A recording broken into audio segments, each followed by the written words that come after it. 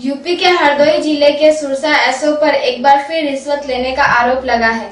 यह वही एसओ है जो कुछ दिन पूर्व एक किसान से 20,000 रुपए रिश्वत लेने के आरोप में लताड़े जा चुके हैं। दरअसल मामला सुरसा थाना क्षेत्र के भिखरियापुर गांव का है, जहां पर पीड़ित रामेश्वर प्रसाद की जमीन पर प्रधान की सह पर भूमाफियाओं ने सपा सरकार में कब्जा कर लिया था। उसके बाद पीड़ित रामेश्वर अधिकारियों के चक्कर काट रहा था। वहीं सूबे में बीजेपी की सरकार आने पर रामेश्वर की आस जगी और उसने एसडीएम सदर को अपनी पूरी आपबीती सुनाई। वहीं एसडीएम ने पुनः जमीन पर कब्जा दिलाने को एसओ सुरसा को आदेश दिए, लेकिन पीड़ित का आरोप है कि उसको थाने से भगा दिया गया। एसओ ने गरीब किसान से 25,000 रुपए मांगे और कब्जा दिलाने का आश्वासन दिया, लेकिन रामेश्वर ने पैसे नहीं दिए तो रामेश्वर के पूरे परिवार पर मुकदमा दर्ज कर दिया गया। वहीं एसपी ने पूरे मामले को गंभीरता से लेते हुए एसओ सुरसा पर जांच के आदेश दिए।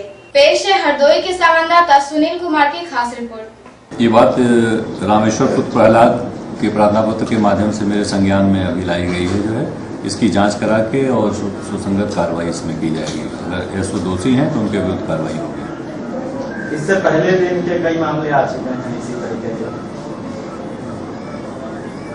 मेरे संज्ञान में ये पहला मामला है, इस नाते मैं पिछली बातों पर कोई टिप्पणी नहीं करूँगा।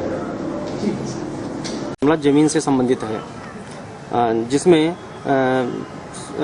सपा सरकार में मैंने जो जमीन थी वो बैनामा कराई हुई थी, लेकिन जमीन का थोड़ा विवाद चलने के कारण थाने पर किसी प्रकार की मेरी नहीं सुनी गई। 2 बार मैंने एसडीएम साहब से आदेश भी करवाया, लेकिन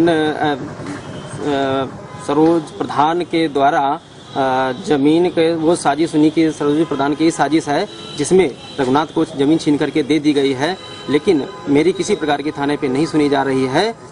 थाने में मैं जब भी थाने पे जाता हूं तो पैसे की बात आ जाती है कि पैसे दीजिएगा करके। कितने पैसे मांगे?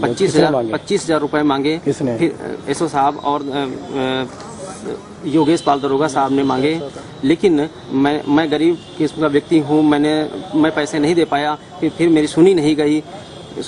दोबारा एसडीएम साहब के पास गए, उन्होंने क्या कहा? फिर आदेश करवाया। क्या नाम है एसओ का? एसओ साहब का संतोष कुमार।